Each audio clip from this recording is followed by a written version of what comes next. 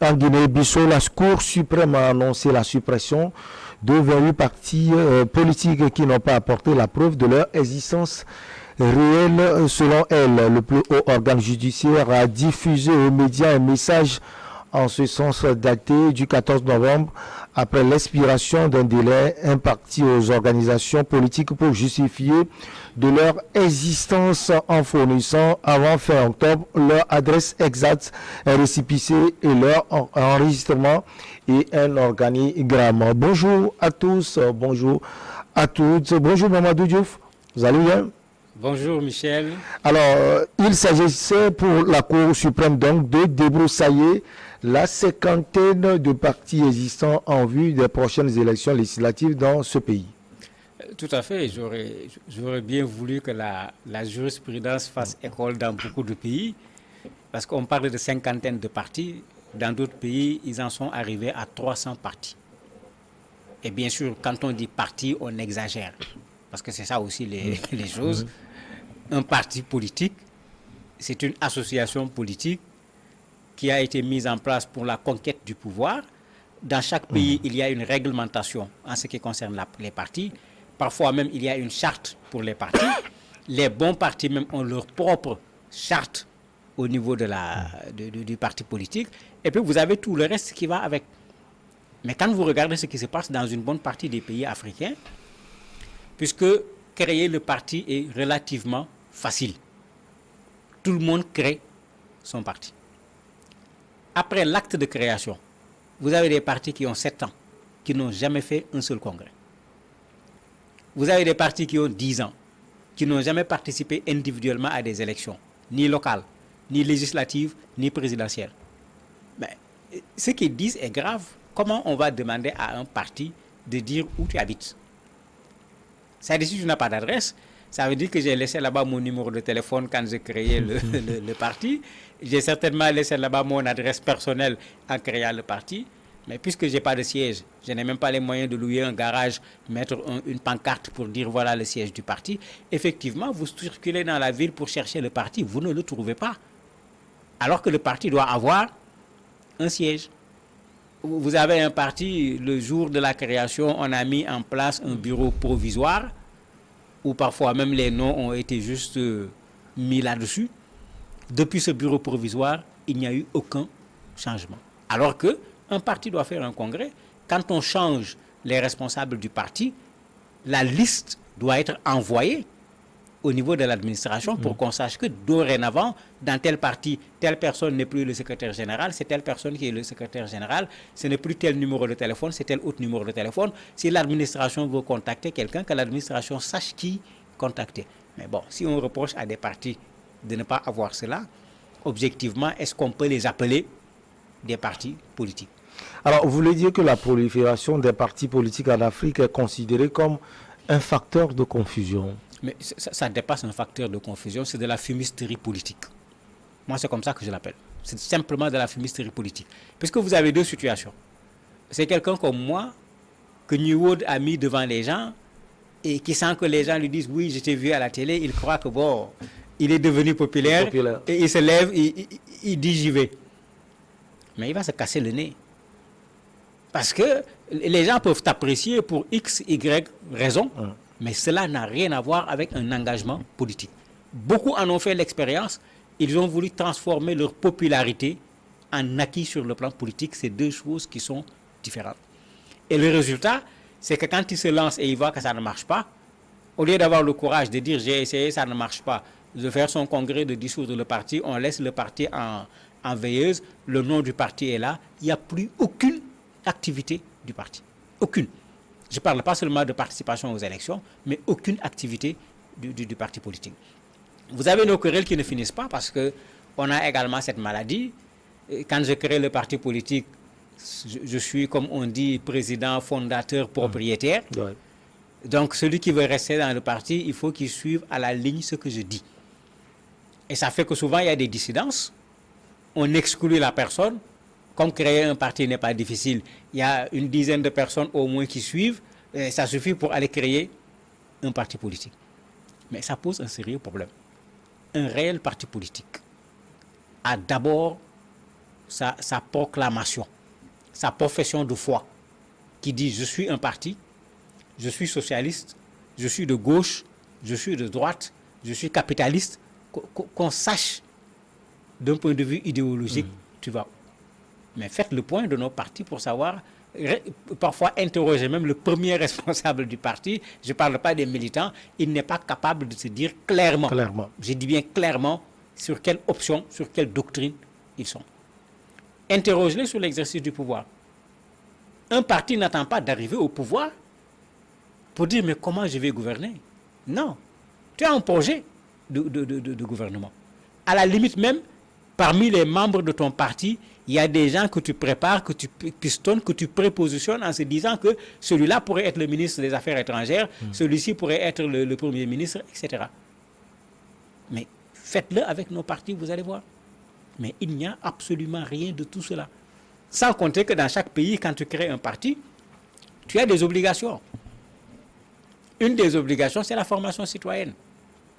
Pas seulement la formation interne à travers ce qu'on appelle l'école du parti, là également regardez dans nos partis, qu'ils soient au pouvoir, de l'opposition, allez voir où il y a école du parti. Mais dans un bon parti politique, un bon membre d'un parti politique connaît la constitution de son pays. Quand tu lui dis quelque chose, il te dira non, ce n'est pas conforme à la constitution parce qu'il y a l'article tel qui dit non. Parce que la première chose que le parti fait, c'est d'apprendre aux gens les textes fondamentaux du pays. C'est de connaître son pays en termes de nord, de sud, de centre, pour que quand tu parles, qu'on sache que tu sais de quoi tu parles. Mais malheureusement, regardez ce qui se passe dans les partis aujourd'hui. C'est juste, je viens pour aller prendre le pouvoir, je me rends compte que je ne peux pas, on se fait remorquer, puisque c'est la mode de maintenant, et en se faisant remorquer, on espère pouvoir avoir soit un poste ministériel, soit un poste de président de conseil d'administration, soit un poste de gouverneur. C'est pourquoi je dis que c'est de la fumisterie. La politique n'a pas pour objet d'aller chercher un poste, mais la politique a pour objet de venir prendre en charge les préoccupations des populations. Et il faut qu'on le rappelle, un président de la République, un responsable de parti politique, c'est un chef de famille. Mais un chef de famille particulier parce que quand il est président de la République, ce n'est pas comme le chef de famille comme moi qui donne l'argent pour l'écolage, qui donne l'argent pour ceci, qui donne l'argent pour cela. Non. Le président de la République, c'est nous qui lui donnons l'argent, bien que c'est le chef de famille. Mais il doit pouvoir encore nous prendre en charge de la meilleure manière. Mais ça s'apprend. Et ça s'apprend dans un parti politique où il doit y avoir de la démocratie à l'interne, où on discute, il y a des contradictions, on n'est pas d'accord sur les options, etc. Mais vous n'avez rien de tout cela dans les partis. C'est pourquoi également, quand nos partis arrivent au pouvoir, on n'est pas surpris de voir ce qui est en train d'être fait, parce que la politique, ça s'apprend. Est-ce que cela peut être source d'instabilité? Je ne crois pas, parce que, a priori, ce que les médias disent, ce n'est pas des partis importants. Le nombre paraît grand, 28, mais ce n'est pas des partis importants. Je ne crois pas que ces partis soient en mesure de pouvoir faire bouger la Guinée-Bissau, puisque aucun parmi les partis les plus représentatifs ne fait partie de la liste. Bon, ils ont déjà dit qu'ils vont se regrouper, qu'ils vont se mettre ensemble, ils vont contester la décision, c'est leur droit le plus absolu, mais je ne crois pas que ça puisse remettre en cause actuellement la stabilité de la Guinée-Bissau.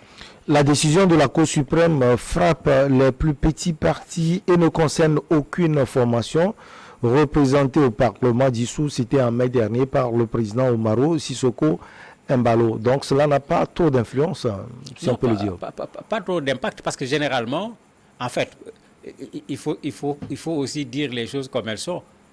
Les partis qui respectent les règles, ce n'est pas parce qu'ils sont un grand parti ou un petit parti. Même les grands partis ne respectent pas les règles. Vous avez des grands partis qui doivent faire un congrès tous les 4 ans. Ils ont dépassé largement les 4 ans. Ils n'ont pas tenu leur congrès.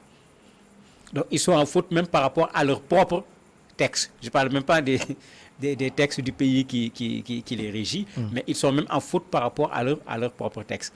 Donc, ça aussi, il ne faut pas qu'on veuille supprimer un parti tout simplement parce qu'ils ne sont pas nombreux, ils n'ont pas suffisamment de moyens sur le plan financier. Il faudrait que la règle soit une règle éthique, juste, qui ne va pas consister à dire ceux qui peuvent avoir de gros militants, c'est ça les vrais partis politiques, parce que vous avez des partis d'une dimension moindre et qui fonctionnent comme de véritables partis politiques. Il y a des réunions du bureau politique, il y a des rencontres, il y a des cotisations, il y a une démocratie interne, etc. Et vous avez de gros partis où il n'existe rien de tout cela. Il ne faut pas qu'on réduise le parti politique simplement à une question de quantité, de nombre de membres, de nombre de votants lors des élections. Il faut qu'il y ait des règles, qu'on dise voilà les règles, et quand il va falloir interdire un parti, que l'interdiction se fasse sur les règles, mais pas sur la taille du parti. Alors, quand on prend par exemple Idrissa Diallo, qui est le chef du parti l'Unité nationale, qui bénéficie, Mamadou, d'un certain audience, il faut le préciser, d'une certaine audience, j'allais dire. Il déclare: mon parti a rempli les conditions requises. Et il a accusé en outre le président Umaru Sissoko Embalo, président en exercice de la CEDEAO, de chercher à éliminer la concurrence. Ben, souvent, quand on est devant des élections, chacun peut dire ce qu'il veut. Parce que la représentativité d'un parti politique, le meilleur critère pour le connaître, ce sont les élections. Parce que vous voyez ce qui se passe avant les élections, vous voyez un parti faire un meeting, vous regardez le nombre de personnes au niveau des meetings, mais vous dites que le parti a déjà gagné les élections. Mais c'est ne pas connaître la politique. Ces gens qui sont venus, est-ce qu'ils sont inscrits sur les listes électorales? S'ils ne sont pas inscrits, ce n'est pas la peine de les compter, ils ne voteront pas. S'ils sont inscrits sur les listes électorales, est-ce que le jour du scrutin, ils iront voter? Etc.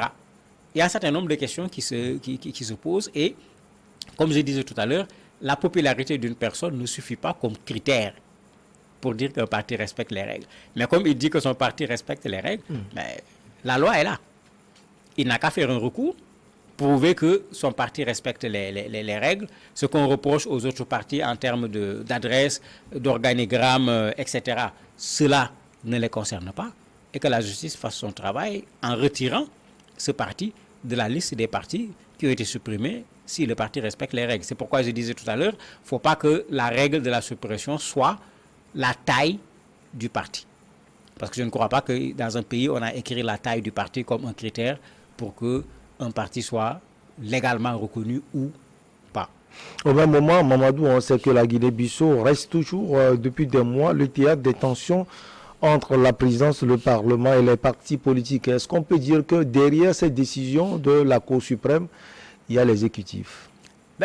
Malheureusement, dans nos pays, c'est souvent le cas. De sorte qu'on ne peut pas ne pas y penser. N'oublions pas dans quelles conditions le président Mbalo a été élu. N'oublions pas qu'avec cette même Cour suprême, il y a eu des va-et-vient sur le résultat des élections, une intervention même de la CEDEAO, etc. Le président Mbalo n'a pas travaillé à apaiser l'atmosphère politique dans son pays. Ça, il faut le dire. On le voit actuellement au niveau de la sous-région, on réagit très fortement sur un certain nombre de choses, mais c'est curieux, à chaque fois, c'est comme si ceux qui veulent plus aller régler les problèmes chez les autres oublient de régler les problèmes chez eux. Et tout le monde savait qu'il y a cette situation politique qui n'est pas intéressante du tout, parce qu'il y a des gens qui n'ont jamais accepté la validité de son élection. Il a fallu l'intervention et la pression de la CEDEAO. Le coup d'État qui a failli avoir lieu montrait également un de ces éléments. Mais lui, comme un couperet, il dit on tape sur les 28 partis. Il ne facilite pas l'atmosphère politique dans ces conditions. Il aurait pu faire quelque chose de plus simple. On dit aux partis, mais allez-y. Si vous êtes parti, allez aux élections. On fixe des critères comme ça se fait dans un certain nombre de pays. Si tu n'es pas capable d'atteindre un minimum en matière d'électorat, on te demande de faire harakiri, de savoir que tu ne représentes pas grand-chose, les citoyens ne te regardent pas.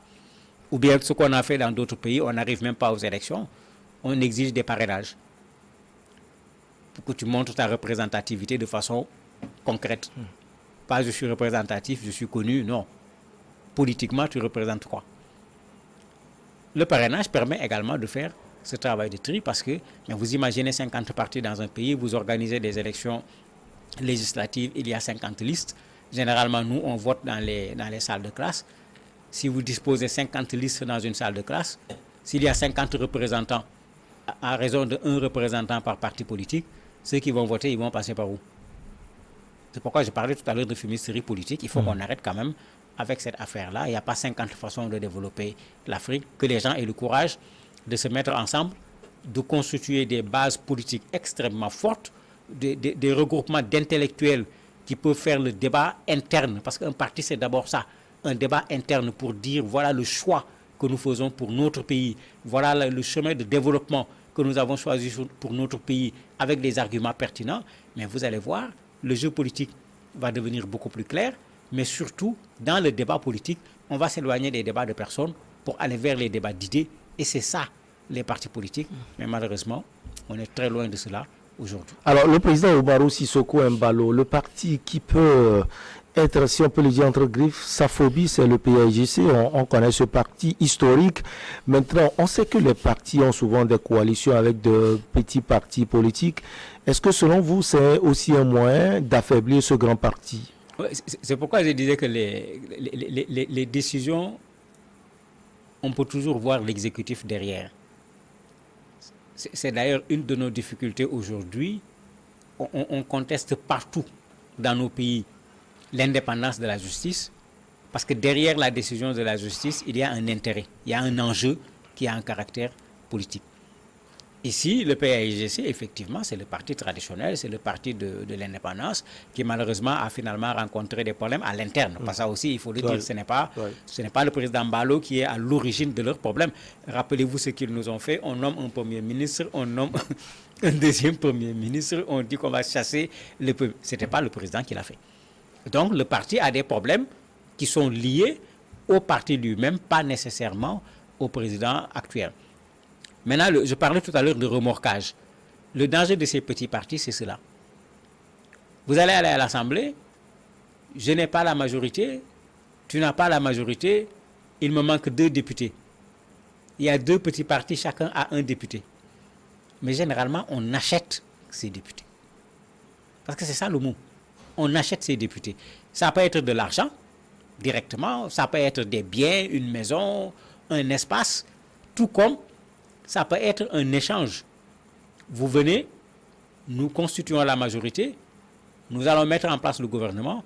En mettant en place le gouvernement, vous avez 2 portefeuilles ministériels, vous avez 2 secrétaires généraux, vous avez 4 présidents de conseil d'administration, etc. Est-ce que c'est ça l'objet de la politique? Est-ce que c'est ça le rôle des partis politiques? Utiliser les voix des citoyens pour aller marchander, pour se donner des sinécures. Mais on n'est plus dans de la politique. Parce que la politique, c'est s'occuper des affaires de la cité. Ça, ce n'est pas s'occuper des affaires de la cité. C'est plutôt s'occuper de ses propres affaires en prenant comme prétexte les affaires de la cité. Merci beaucoup à vous, Mamadou Diouf. On se retrouve la prochaine fois. On va marquer la petite pause et derrière, on reçoit l'invité du jour.